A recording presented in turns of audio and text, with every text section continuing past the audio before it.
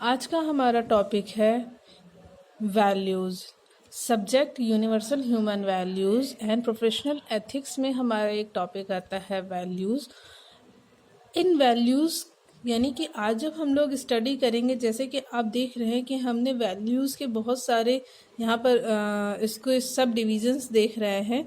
तो values start करने से पहले ये कहाँ से स्टार्ट होता है, क्या होता है, इसकी नेसेसरी, ये इतना एसेंशियल क्यों है हमारी लाइफ में।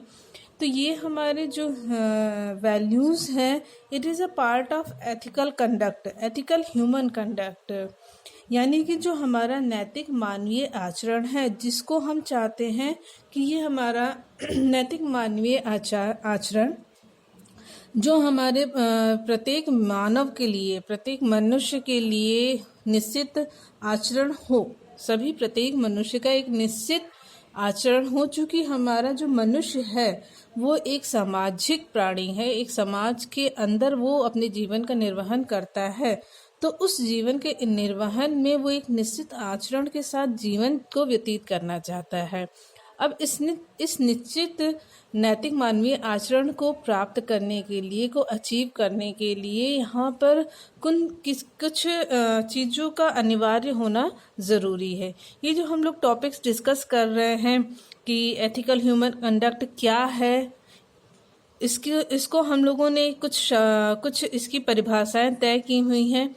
ये आज जो हम लोग डिस्कशन करेंगे, ये इसकी रूपरेखा तैयार करने वाले जो लोग हैं, उन्होंने अपने जीवन में गहन अध्ययन, विचार, अनुभवों के बाद इन सारी चीज़ों को तय किया है, इनका एक रूप निर्धारित किया है, जिसके आधार पर हम इस बात को कह पाते हैं कि निश्चित यानी कि नैतिक निश्चित मानवीय आचरण के लिए इन चीज़ों का होना अति आवश्यक है। ये उसको पूरा करते हैं, उसके लिए अति आवश्यक है। तो values are a part of our human ethical conduct, यानी कि वैल्यूज़ एथिकल कंडक्ट का एक पार्ट है।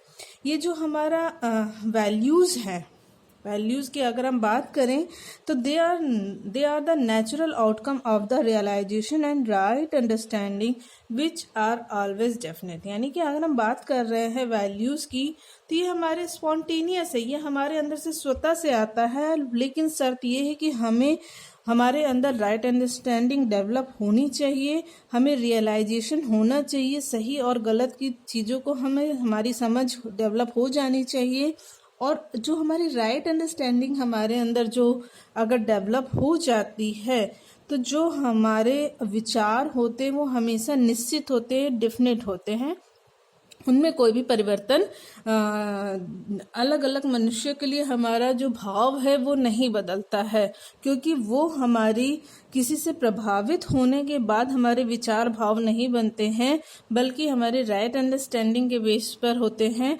और ये जो हमारे राइट अंडरस्टैंडिंग के बाद जो हमारे भाव विचार आते हैं, ये नेचुरल एक्सेप्टेबल होते हैं सभी के लिए।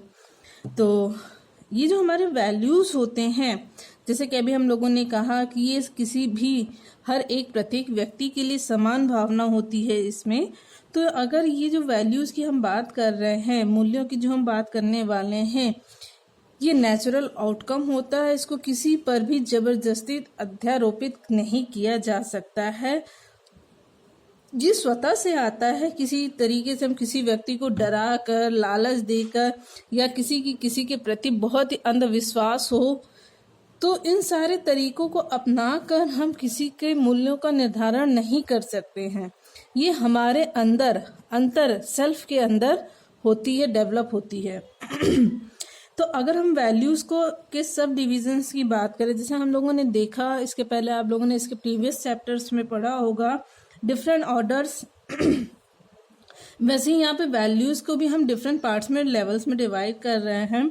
इसका जो पहला पार्ट होगा वो होगा वैल्यूज़ इन द सेल्फ, ठीक है, यानी कि जीवन मूल्य। अब जीवन मूल्य यानी कि हमारे जो सेल्फ की वैल्यूज हैं, इसको जो हम अगर इसके और अंदर डीप में जाते तो हम देखते हैं कि वैल्यूज इन द सेल्फ, ठीक है, वैल्यूज इन द सेल्फ जो होता है, इसकी और फर्दर डिटेलिंग अगर हम देखें तो these are happiness, peace, satisfaction and bliss, यानी कि आनंद।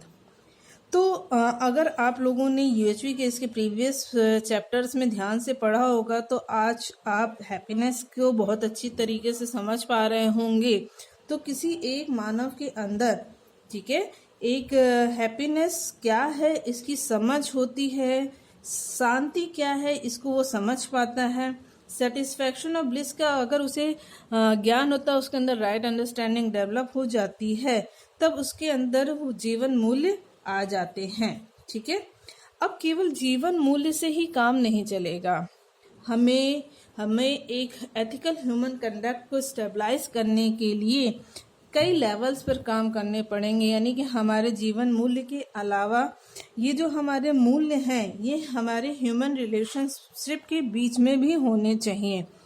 ठीक है, तो अब अगर हम बात कर रहे हैं, जैसे कि अगर हम बात कर रहे हैं किसी एक व्यक्ति को, परिवार में कई सदस्य से मिलकर एक परिवार बनता है, उसमें हर सदस्य अलग उम्र का होता है। ठीक है, तो अगर हम कहते हैं कि ज़रूरी नहीं है किसी परिवार के सभी सदस्यों का जो टेस्ट हो वो सेम हो, किसी को बहुत ही मिर्च मसाले वाला खाना पसंद होगा, तो अगर मिर्च मसाले वाला भोजन बन रहा होगा तो किसी एक व्यक्ति को बहुत ही सुख प्रदान कर रहा होगा, आनंद प्रदान कर रहा होगा। परंतु अगर किसी व्यक्ति को वैसा भोजन नहीं पसंद है तो उसके लिए वो भोजन बिल्कुल रुचिकर नहीं होगा। तो अगर हम देख रहे हैं कि